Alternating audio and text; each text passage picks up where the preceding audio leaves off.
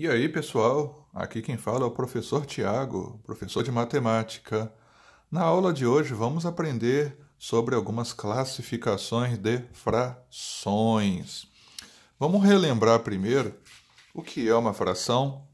Uma fração é aquele número que tem um em cima do outro, né, no caso, em que o de cima nós chamamos de numerador e o de baixo chamamos de denominador. O denominador de uma fração sempre vai representar o total que aquela fração está representando. E o numerador, que é o número de cima, ele representa a parte ou o pedaço. Então, o denominador é o número de baixo, que representa o total, e o numerador, a parte. Agora vamos entender as classificações. Uma classificação que eu falo muito é quando a fração ela é equivalente. Vamos entender na prática o que é equivalente, ou o que equivale a alguma coisa? Vamos representar aqui que isso aqui é uma barra de chocolate. O denominador representa o total. Então quer dizer que essa barra tem 2 pedaços, porque o denominador é 2. E o 1, digamos que ele esteja representando a parte pintada. Então, 1/2 significa que uma barra de 2 pedaços, eu comi um pedaço, ou eu pintei um pedaço. Poderia ser também está representando a parte não pintada. Mas no meu caso aqui é a parte pintada. 1/2. Agora eu vou fazer uma outra fração, que já está aqui. 2/4. O denominador 4 indica que a barra está dividida em 4 pedaços. E eu pintei 2. Então, 2/4 é esta barra. E eu fiz uma outra barra, dividida em 6 pedaços, e eu pintei 3 pedaços. Que conclusão podemos tirar disso aqui tudo? Eu concordo com vocês. O professor tem uma letra muito feia, precisa de um caderno de caligrafia. Mas não é isso não, tá, pessoal? É outra coisa. Olha só, as 3 barras têm o mesmo tamanho. Interessante que comi 1/2 da barra, 2/4 da barra ou 3/6 da barra, parece que se eu analisar as partes pintadas, parece que eu comi a mesma quantidade. Então, o que é fração equivalente? São frações que se equivalem. Para quem sabe um pouquinho de porcentagem, deve saber que 1/2 representa 50%, que é a metade, que a barra é a metade que está pintada. 2/4 também equivale a 50%, e 3/6 também equivale a 50%. Para eu obter essa fração aqui, eu posso pegar 1/2 e multiplicar em cima e baixo por 2, que eu obtenho 2/4. E se eu pegar a primeira fração e multiplicar em cima e embaixo por 3, eu obtenho 3/6. Olha, então eu posso obter a segunda fração e a terceira a partir da mesma primeira fração. Outra observação, as 3 equivalem a 50%. Olha, os desenhos, as 3 pintei até a metade, as 3 equivalem à metade. E outra observação, 1 dividido por 2 dá 0,5. 2 dividido por 4 também dá 0,5. E 3 dividido por 6 também dá 0,5. Então essas são as características de uma fração equivalente. Fração aparente são frações que não precisava ser fração. Por quê? Essas frações, elas têm resultado número inteiro. O numerador, ele é múltiplo do seu denominador. Nós podemos concluir isso também, olha. 10 é múltiplo de 5, 4 é múltiplo de 2 e 6 é múltiplo de 2. E a outra característica é 4 dividido por 2 é 2. Por que eu vou escrever 4 sobre 2 se eu poderia colocar simplesmente 2? Porque 4 dividido por 2 é 2. 10 dividido por 5 é 2. Para que eu vou deixar 10 sobre 5? Para que eu vou escrever uma fração se eu posso deixar aqui o resultado? E 6 dividido por 2 é 3. Então essas frações elas são aparentes, porque elas têm resultado. Eu não precisava manter elas na forma de fração.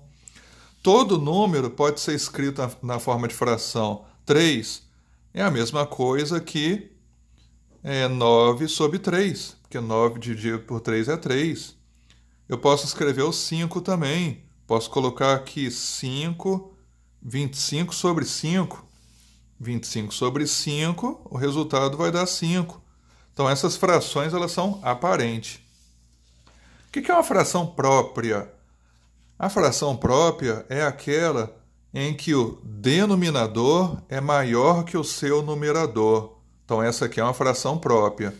O denominador, o número de baixo, é maior do que o numerador. Então, eu tenho 3 exemplos aqui de frações próprias. E eu posso pegar uma dessas frações e representar na forma gráfica, para vocês entenderem melhor o que eu estou querendo dizer. Veja só, de 5 pedaços dessa barra, eu vou pintar 2 pedaços. Então, eu tenho aqui 2/5, é uma fração própria. A imprópria já é o contrário da própria. A imprópria, o numerador, o número de cima, é maior do que o denominador. Então, essas são impróprias. Por que elas são impróprias? Vamos lembrar. Eu não acabei de dizer agora há pouco que o denominador de uma fração representa o total e o numerador a parte que você pegou? Então, se usar esse raciocínio, vamos pensar aqui.